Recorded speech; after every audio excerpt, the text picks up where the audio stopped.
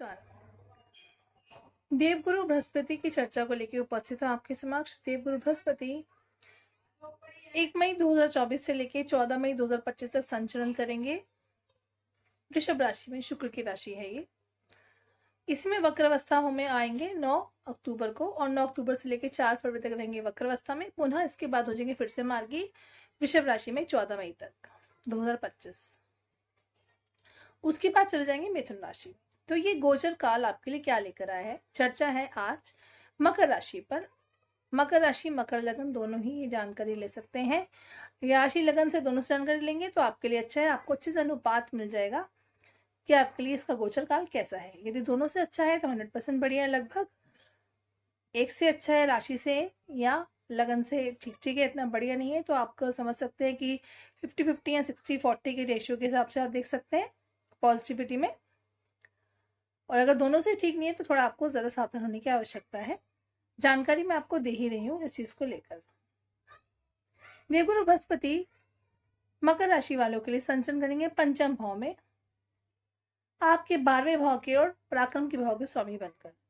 इनकी 3 दृष्टियां होती है, पंचम, सप्तम और नवम, जिनको अमृतमयी दृष्टि कहा गया ज्योतिष शास्त्र में। अर्थात जहां की दृष्टि पड़ती है वहां पर सुख की प्राप्ति होती है, दिक्कतें जीवन से दूर होती हैं उन क्षेत्रों में से। देवगुरु बृहस्पति वृषभ राशि में 3 नक्षत्रों में गोचर करने वाले कृतिका, रोहिणी और मृगशिरा। कृतिका नक्षत्र के स्वामी सूर्य हैं, रोहिणी के चंद्र हैं और मृगशिरा के मंगल हैं। तीनों ही नक्षत्रों के स्वामी देवगुरु बृहस्पति के मित्र हैं, तो ये भी अपने आप में अच्छी बात है। चर्चा शुरू करते हैं आगे कि आपके लिए देवगुरु बृहस्पति धन के कारक, मान सम्मान के कारक क्या लेकर आए हैं। मकर राशि और लग्न वाले लोगों के लिए देवगुरु बृहस्पति गोचर करेंगे वृषभ राशि में, अर्थात पंचम भाव में। तो पंचम भाव में जो देवगुरु बृहस्पति गोचर करते हैं तो वह स्वामी बनते हैं 12वें भाव के और 3रे भाव के। मकर राशि वालों के लिए वैसे देवगुरु बृहस्पति को इतना कारक नहीं कहा गया है, परंतु फिर भी पंचम में गोचर कर रहे वहां पे अति विशिष्ट माने गए हैं कारक तत्व के रूप में। तो ये अपने आप में मकर राशि वालों के लिए कहीं ना कहीं अच्छा है। तो मकर राशि वाले जातक इस समय यदि आप प्रॉपर्टी खरीदना चाहते हैं तो बिल्कुल खरीद सकते हैं, लेकिन आपको थोड़ा ध्यान रखना होगा क्योंकि खर्चे के भाव को स्वामी बन के देवगुरु बृहस्पति भ्रमण कर रहे पंचम भाव में, कि आप कोई गलत इन्वेस्टमेंट या गलत साइन किसी पेपर्स पे ना करते। इस बात का आपको ध्यान रखना होगा। समय लेकिन बढ़िया है प्रॉपर्टी खरीदने के लिए। पंचम भाव में गोचर कर रहे हैं जैसे कि 12वें भाव को स्वामी बन के। पंचम भाव संतान का भी होता है, तो संतान से आपको विच्छेदता के योग बन रहे हैं। संतान से विच्छेदता के योग के अर्थ का मतलब नेगेटिव नहीं है। यदि आपकी पुत्री विवाह के लायक है तो विवाह करके अच्छे घर जा सकती है। मांगलिक कारक योग भी बनते हैं, देवगुरु बृहस्पति नवम भाव को देखते हैं। मांगलिक कृत्य भी होगा और इसी प्रकार से आपकी पुत्री आपसे दूर भी होगी। तो ये विच्छेदता अच्छी है, मेरी नजर में बुरी नहीं है। यदि आपके बच्चे इस लायक हो गए हैं कि आप उनको इंडिया से बाहर भेजना चाहते हैं या फिर जहाँ पे रह रहे हैं वहां से बाहर भेज के ज़्यादा अच्छी पढ़ाई उनसे आप करवाना चाहते हैं, या फिर हो सकता है सरकारी नौकरी की तैयारी कर रहे हैं तो उनको ऐसी अपॉर्चुनिटी मिल जाए अपने घर से दूर जहाँ पे उनकी पोस्टिंग हो जाए, तो इस प्रकार से विच्छेदता दिखाई दे रही है। तो ये विच्छेदता नेगेटिव नहीं है, पॉजिटिव है, लेकिन ये योग बन रहे हैं क्योंकि पंचम संतति का भाव भी होता है, वहां पे देवगुरु बृहस्पति संचरण कर रहे हैं 12वें भाव के स्वामी बन के। इसी प्रकार से 2 बातें और है।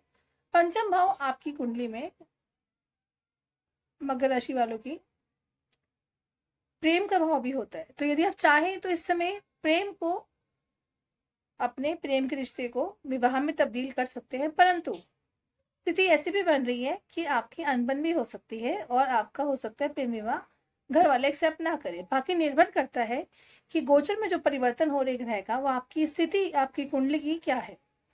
यदि स्थिति कुंडली की आप में कुछ ऐसे है कि कुछ विषम परिस्थिति का कुछ ऐसा गलत योग बन रहा है या फिर महादशा कुछ ऐसे, मान लीजिए राहु की महादशा चल रही है इस समय, तो ये देवगुरु बृहस्पति जो है प्रेम विवाह में भी विच्छेदता उत्पन्न कर सकते हैं।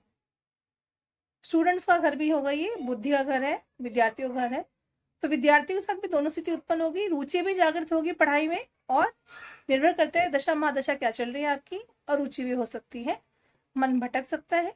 तो आपको ये सारी बातें इसलिए बताई जा रही है कि आप अपनी बुद्धिमत्ता के दम पे, कर्म के दम पे इन चीजों को बैलेंस मेंटेन करते हुए कंट्रोल में रखें। हालांकि देवगुरु बृहस्पति जो है पंचम भाव में अच्छे हैं, जो गोचर कर रहे हैं, जैसे बताया अति विशिष्ट है, नवम भाव को देखेंगे, धार्मिक धर्म में आपकी रुचि बढ़ेगी। धर्म में रुचि इस प्रकार से बढ़ेगी, धार्मिक कृत्य इस प्रकार से होंगे कि लोग आपके सामने अचंभित हो जाएंगे आपकी कृत्यों को देख के, आप लोगों की मदद भी करेंगे विशेष तौर पे। मान सम्मान में बढ़ोतरी होगी आपकी इसी बात से।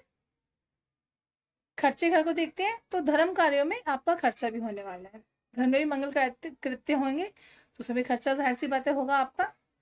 पर्सनैलिटी को देखते हैं तो पर्सनैलिटी में आपकी एक अलग ही निखार आ जाए।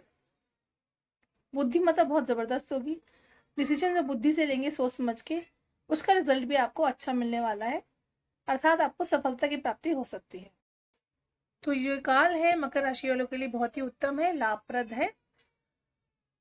शनि की दृष्टि पहले ही पड़ रही है आपके लाभ भाव पे, और शनि की अंतिम अढ़ैया से आप गुजर रहे हैं।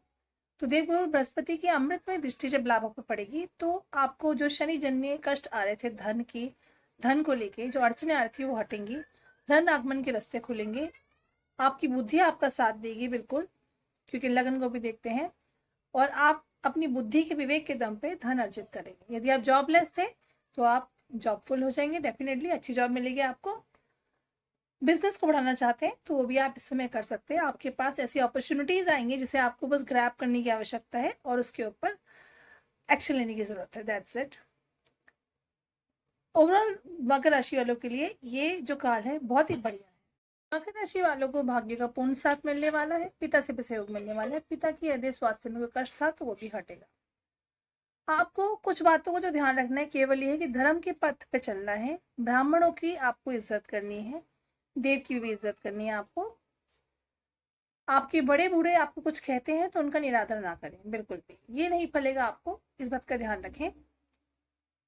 धर्म पथ पे चलते हुए आगे बढ़िएगा। इसको और अच्छा करने के लिए आप क्या कर सकते हैं, जैसे कि आप ऑलरेडी शनि की अढ़ैया से गुजर रहे हैं, अंतिम अढ़ैया, हनुमान जी के दर्शन अवश्य करें, हनुमान चालीसा का नित्य पाठ करें, इससे आपको विशेष लाभ होगा।